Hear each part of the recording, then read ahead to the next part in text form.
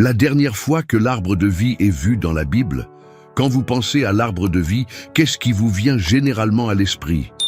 Peut-être le magnifique jardin d'Éden, ou la promesse de la vie éternelle, ou peut-être la désobéissance d'Adam et Ève dans le livre de la Genèse. Mais il y a plus qu'un arbre dans un jardin. Elle est profondément enracinée dans l'histoire de l'humanité et dans notre relation avec Dieu. Cet arbre est une source d'espoir, un rappel de ce qui était autrefois à notre portée, mais qui a été perdu. Mais voici une pensée.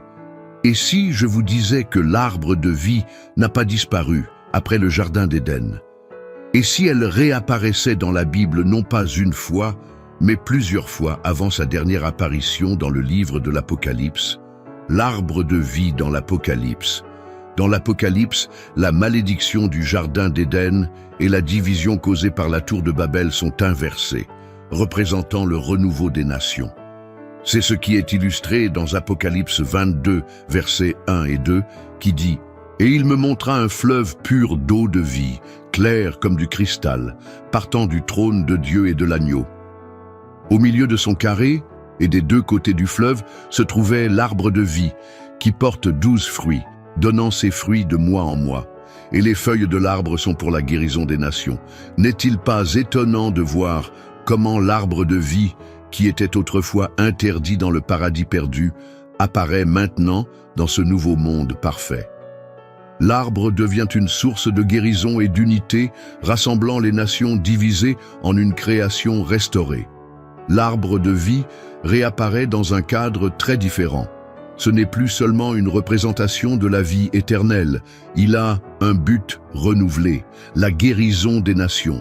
Il symbolise non seulement la restauration de ce qui a été perdu en Éden, mais aussi la réconciliation et la guérison de toute l'humanité. L'arbre de vie est un témoignage de la promesse de Dieu, d'une vie nouvelle et d'une restauration. Signification des arbres dans la Bible. Tout au long de la Bible, les arbres représentent souvent la vie et la croissance. Par exemple, dans les psaumes, les justes sont comparés à un arbre planté près des cours d'eau, qui porte ses fruits en saison. Psaume, verset 3. De même, dans les proverbes, la sagesse est décrite comme un arbre de vie pour ceux qui l'embrassent. Proverbe 3, 18. Remarquez-vous le modèle ici.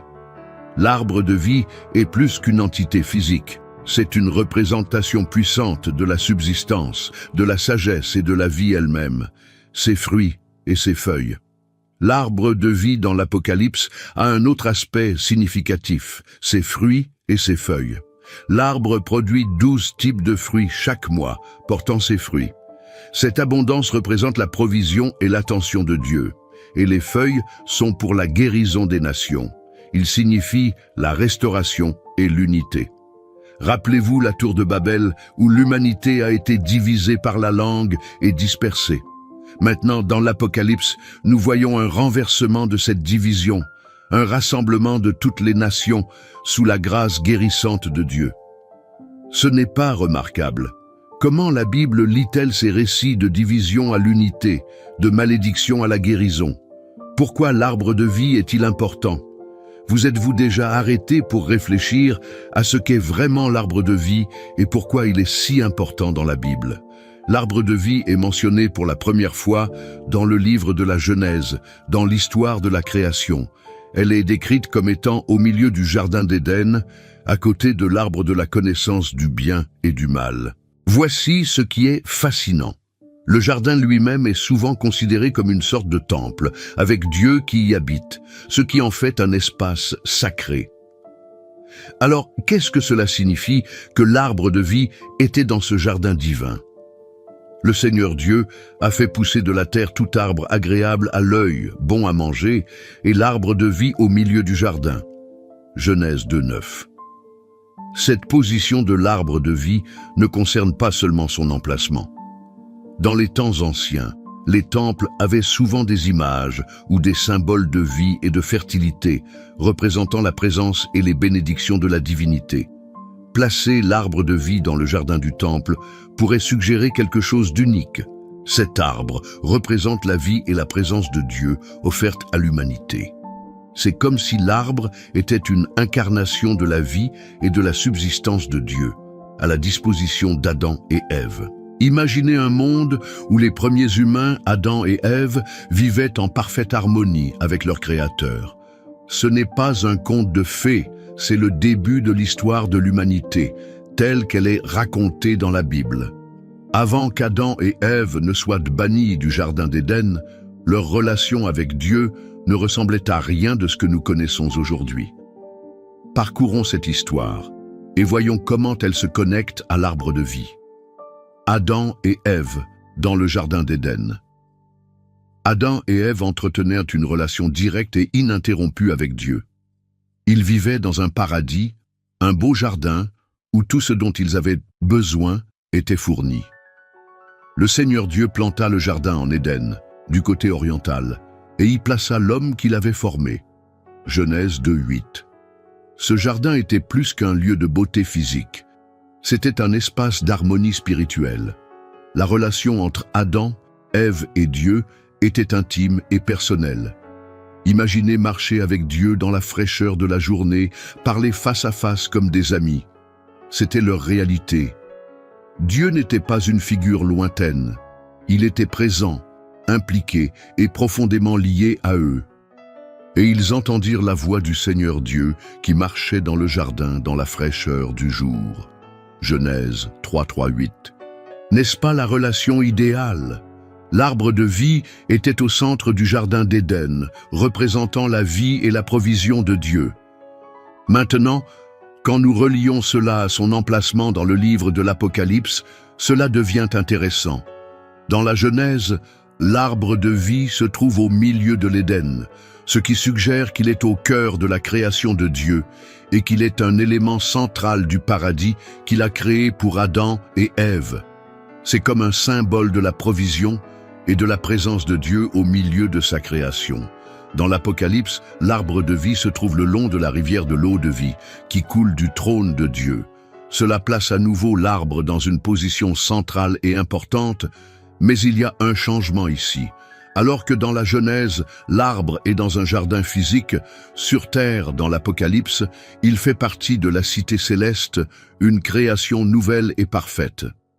Les deux endroits mettent l'accent sur l'arbre de vie en tant qu'aspect central de la provision et de la présence de Dieu en Éden. Il fait partie du monde parfait que Dieu a créé à l'origine dans la Jérusalem céleste. Il représente la restauration et la perfection de ce monde, ce qui le rend idéal, mais à une échelle grandiose et éternelle. N'est-il pas fascinant de voir comment l'emplacement de l'arbre de vie, des premières pages de la Bible à la dernière, nous renseigne sur la relation durable de Dieu avec l'humanité, de la création à l'éternité. L'arbre de vie était un signe de la vie éternelle et de la communion disponible pour Adam et Ève, tant qu'ils restaient en relation avec Dieu. L'arbre de vie symbolisait la relation vitale qu'ils entretenaient avec le Créateur.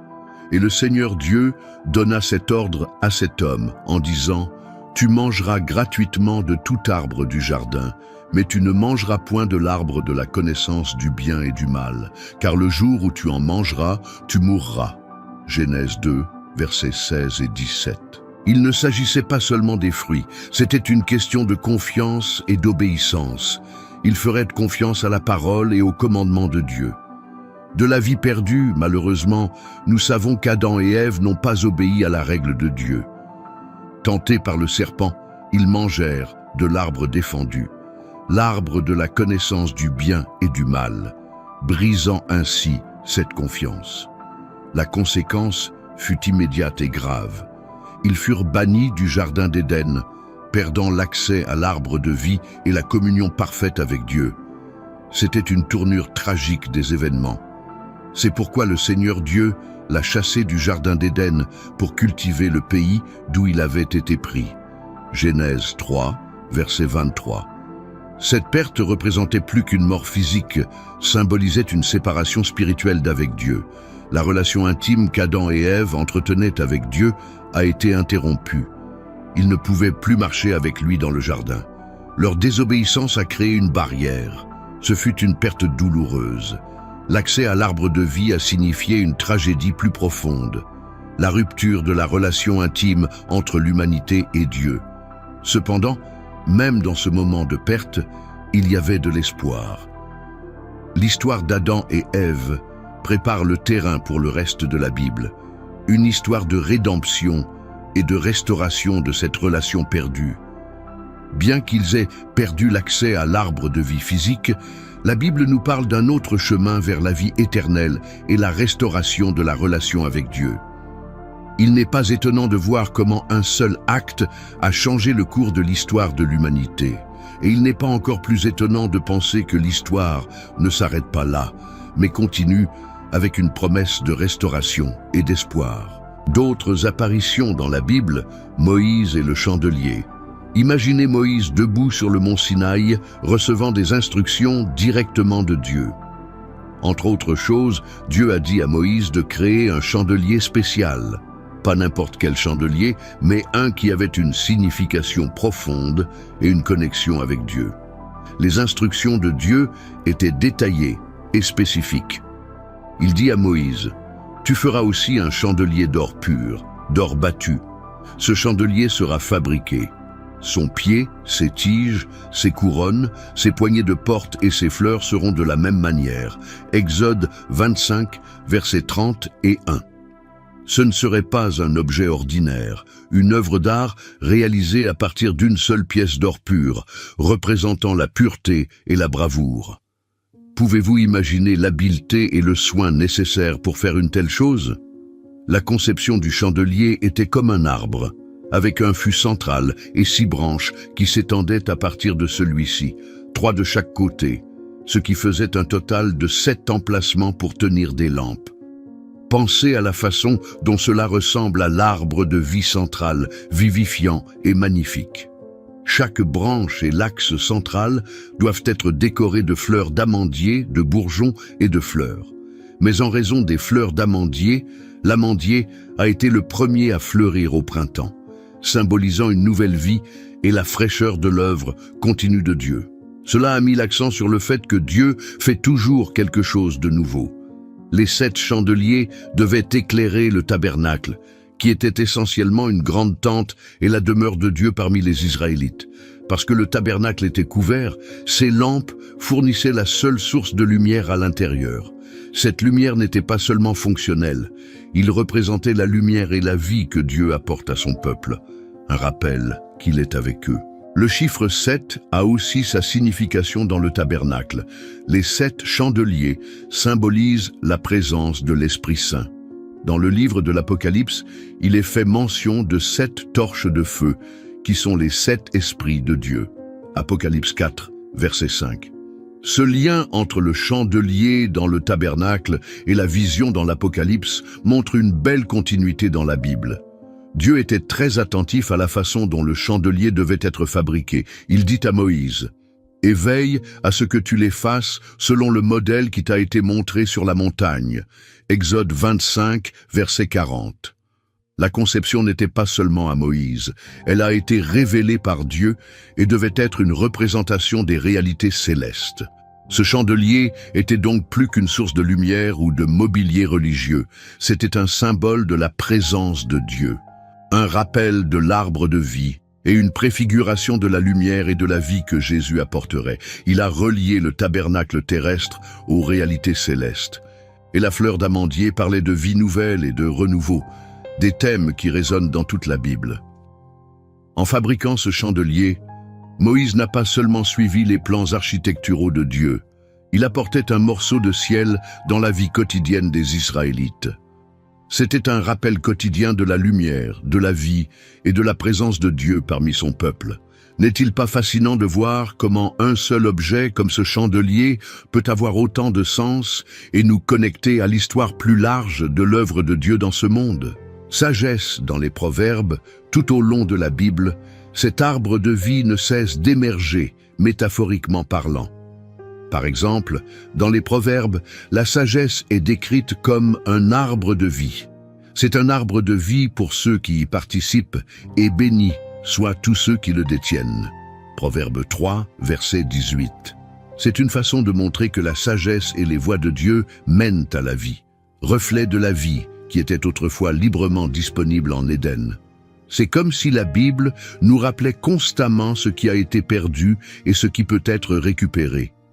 Dans les Proverbes, nous voyons à nouveau l'arbre comme une métaphore des paroles et des actions qui donnent la vie. Le fruit du juste est un arbre de vie, et celui qui gagne les âmes est sage. Proverbe 11, verset 30. De la même manière, Proverbe 13, verset 12, mentionne que l'espoir différé défait le cœur, mais que le désir accordé est un arbre de vie. Ces passages relient le concept de vivre avec sagesse et justice à l'idée d'une existence pleine et vivifiante. C'est comme si les écrivains nous invitaient à voir comment vivre selon la sagesse de Dieu peut nous conduire à une vie pleine et abondante qui rappelle la vie promise par l'arbre de vie. Lieu de culte. La mention de l'arbre de vie apparaît à nouveau dans la conception du tabernacle, puis dans le temple de Jérusalem. Il y a des caractéristiques qui nous rappellent le jardin d'Éden. Ces deux espaces sacrés étaient ornés de lustres dorés, en forme d'arbres stylisés. Ce n'était pas seulement un choix décoratif. Le chandelier symbolisait la lumière et la vie, un peu comme l'arbre de vie, et était une allusion délibérée au jardin d'Éden dans Genèse 2.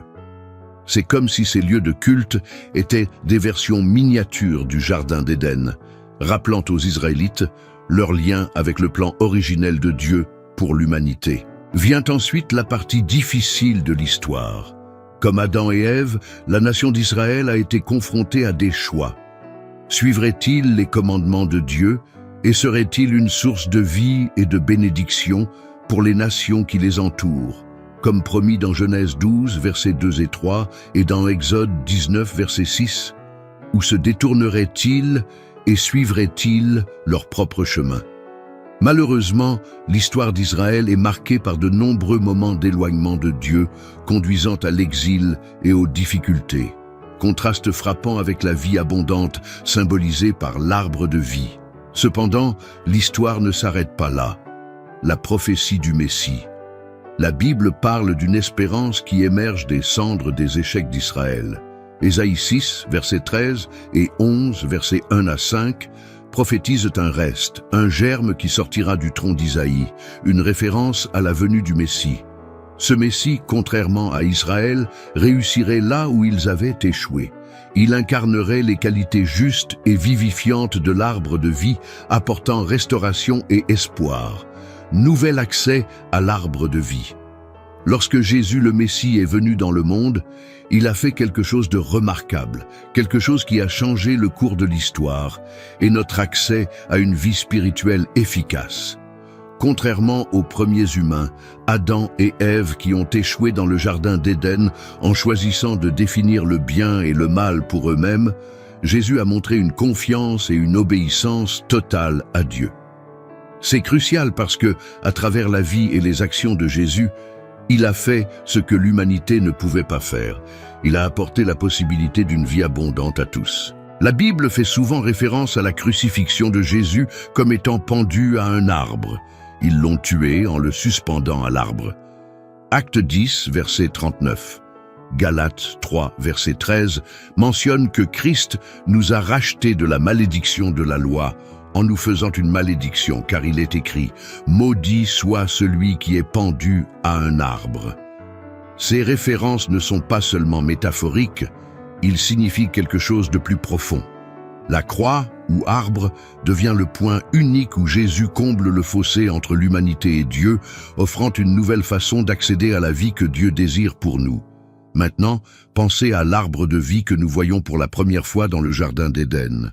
En revenant à Apocalypse 22, versets 1 et 2, il décrit un arbre qui se tient à côté d'une rivière qui coule du trône de Dieu, produisant 12 sortes de fruits et de feuilles de guérison.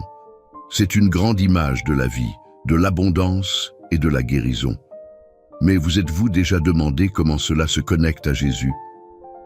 L'œuvre que Jésus a accomplie, en particulier à travers sa mort et sa résurrection, peut être considéré comme l'accomplissement de ce que représente l'arbre de vie.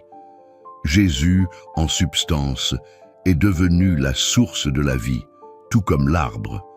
Il offre le chemin de la vie éternelle et de la relation restaurée avec Dieu. Je suis la vigne, vous êtes les sarments. Celui qui demeure en moi et moi en lui, celui-là porte beaucoup de fruits, car sans moi, tu ne peux rien faire. Jean 15, verset 5. Il est la vigne, et nous sommes les sarments. N'êtes-vous pas puissants en suivant le Christ? Nous avons le choix entre la vie et la mort, un thème qui résonne dans toute la Bible. La victoire de Jésus sur la mort, sa résurrection, est une partie cruciale de ce récit. C'est comme s'il bloquait le chemin du retour vers l'arbre de vie qui a été barré après la chute d'Adam et Ève. À travers Jésus, nous voyons la défaite de la mort et l'offre de la vie éternelle au centre du nouveau ciel et de la nouvelle terre. L'arbre qui se tenait autrefois en Éden revient dans cette vision d'un monde restauré et parfait. Vous êtes-vous déjà demandé à quoi ressemblerait le nouveau ciel et la nouvelle terre? C'est une scène pleine d'espoir et de restauration. Et au cœur de cette vision se trouve l'arbre de vie. Maintenant, pensez à ce que représente cet arbre de vie. Dès le commencement, dans le jardin d'Éden, l'arbre de vie était la présence vivifiante de Dieu et la vie éternelle qu'il destinait à l'humanité. Mais après le péché d'Adam et Ève, le livre de l'Apocalypse dit qu'être au centre du nouveau ciel et de la nouvelle terre est comme un moment de boucle complète, du paradis perdu au paradis restauré. Mais pourquoi l'arbre de vie est-il si central dans cette nouvelle création? C'est parce qu'il représente Dieu lui-même, sa nature éternelle, sa provision et son désir d'une relation intime avec nous. Le fait que l'arbre soit au centre signifie que Dieu est au cœur de cette nouvelle réalité. Il n'est ni distant ni caché. C'est juste là, accessible à tous. C'est comme si l'arbre disait « Voici Dieu, au milieu de son peuple, offrant la vie et la guérison. » Cet arbre, qui se dresse à côté de la rivière qui coule du trône de Dieu, montre un lien direct entre Dieu et la vie qu'il donne. Mais celui qui boira de l'eau que je lui donnerai n'aura jamais soif, parce que l'eau que je lui donnerai deviendra en lui une fontaine d'eau jaillissant dans la vie éternelle. Jean 4, verset 14. La rivière et l'arbre de l'Apocalypse semblent faire écho à ces paroles. Ils symbolisent la vie continue et la subsistance qui viennent de Dieu. L'arbre de vie d'aujourd'hui dans le livre de l'Apocalypse n'est pas seulement une espérance future, c'est un rappel présent de la promesse de Dieu. Il nous dit que, peu importe ce que nous affrontons dans cette vie, il y a un avenir où la douleur, la souffrance et la séparation d'avec Dieu n'existeront plus. C'est un avenir où nous aurons un accès immédiat et ininterrompu à Dieu. L'arbre de vie nous invite aussi à réfléchir sur notre relation avec Dieu. Nous voyons en lui la source de la vie, comme centrale à notre existence. Nous nous rapprochons de lui, nous jouissons de ses provisions et de ses soins. En réfléchissant à ces questions, nous nous rappelons que l'histoire de la Bible est une histoire de restauration et d'espoir, du jardin d'Éden au nouveau ciel et à la nouvelle terre. L'arbre de vie représente l'immuabilité de Dieu, s'étendant des premières pages de la Genèse aux dernières pages de l'Apocalypse, tissant un récit de rédemption et de vie éternelle. Essentiellement, l'arbre de vie est plus qu'une simple partie du paysage dans la vision de Jean. C'est une représentation vivante de Dieu lui-même et de la vie qu'il nous offre. C'est une promesse de ce qui est à venir et un rappel de qui est Dieu. Imaginez que vous êtes là, dans le nouveau ciel et la nouvelle terre, avec l'arbre de vie en vue, sachant que vous avez un accès direct à Dieu. Ne vous remplit-il pas d'espoir et d'émerveillement? C'est l'avenir qui attend ceux qui croient, un avenir où la vie, dans son sens le plus complet, est disponible pour tous, en plein centre, là où Dieu habite. N'est-il pas étonnant de voir comment un seul symbole peut avoir une signification aussi profonde dans différentes parties de la Bible? L'arbre de vie relie la Genèse à l'Apocalypse et à tout ce qui se trouve entre les deux, nous rappelant le plan durable de Dieu pour la rédemption de l'humanité et la promesse de la vie éternelle. L'arbre de vie, dans l'Apocalypse, représente la vie éternelle et l'accès illimité à Dieu. Il nous montre une image d'espoir, de guérison et de renouveau, où toutes les nations sont guéries et où la malédiction n'est plus. La présence de l'arbre de vie dans ce nouveau paradis reflète l'idéal du jardin d'origine, indiquant que ce qui était perdu a été récupéré et même dépassé. Ainsi, lorsque nous réfléchissons à ces histoires de l'arbre de vie dans la Bible, nous voyons le thème de la perte, de l'espoir et de la restauration, du jardin d'Éden à la Nouvelle Jérusalem. L'arbre de vie représente la provision continue de Dieu pour nous. Ce voyage de la Genèse à l'Apocalypse nous raconte l'histoire de la façon dont le plan de Dieu se déroule, de la création à la rédemption et à la restauration finale, en passant par l'échec humain. Qu'est-ce que tout cela signifie pour nous aujourd'hui? Dans l'Apocalypse, l'arbre de vie représente l'espoir et la promesse de vivre éternellement, disponible pour tous ceux qui ont la foi.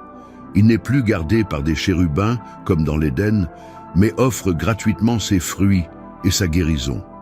Cela représente l'accomplissement du plan de Dieu, la restauration de la relation intime entre Dieu et l'humanité, qui s'était perdue en Éden. En regardant la promesse de Dieu, elle nous rappelle que malgré le chaos et les défis dans notre monde, il y a une promesse d'un monde meilleur et restauré. Cela nous encourage à rechercher la sagesse, à vivre dans la justice et à garder l'espérance de la vie éternelle. En substance, le voyage de l'arbre de vie, de la Genèse à l'Apocalypse, est une belle illustration du thème général de la Bible, de la création à la chute, de la rédemption à la restauration. N'est-il pas étonnant de voir comment un symbole peut avoir une signification aussi profonde tout au long du récit biblique? C'est une histoire qui non seulement relie diverses parties de la Bible, mais qui parle aussi profondément à nos vies d'aujourd'hui, nous offrant un aperçu de l'espoir et de la restauration qui nous attendent. Suivre le Christ signifie que nous sommes invités à faire partie de ce nouvel arbre de vie.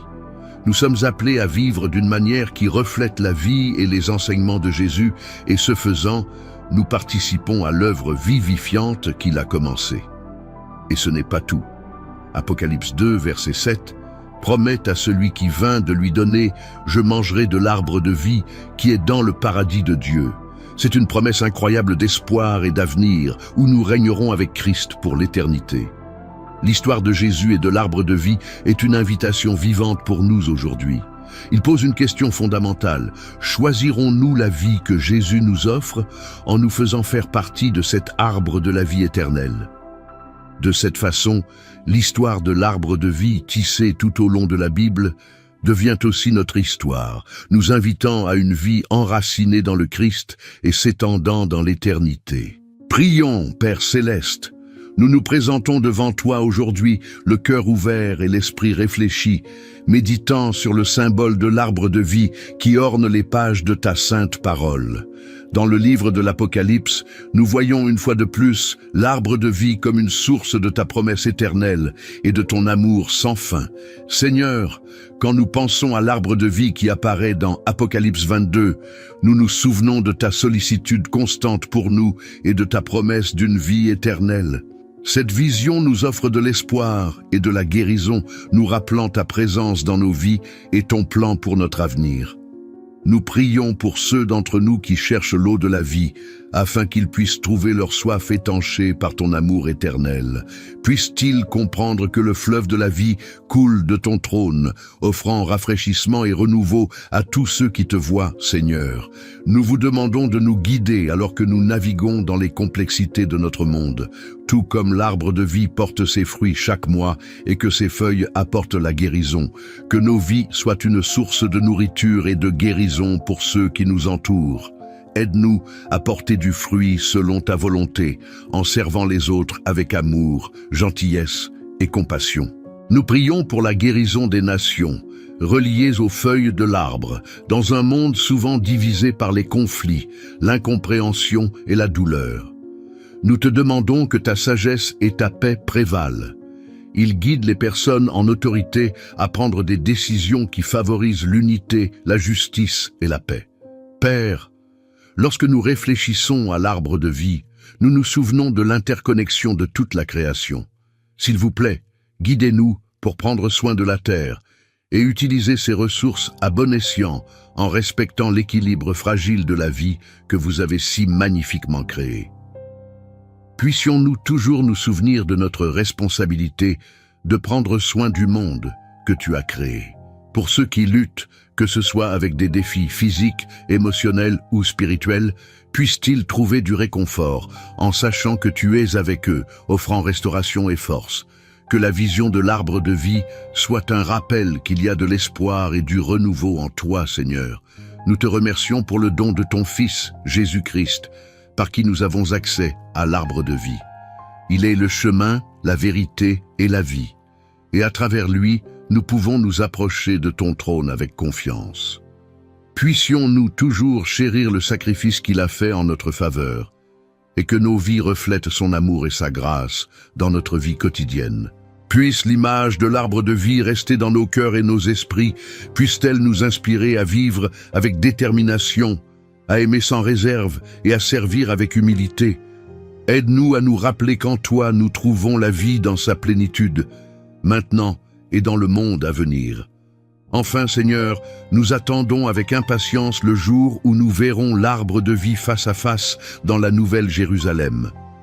Jusqu'à ce jour, garde-nous fidèles, pleins d'espérance et ancrés dans ton amour.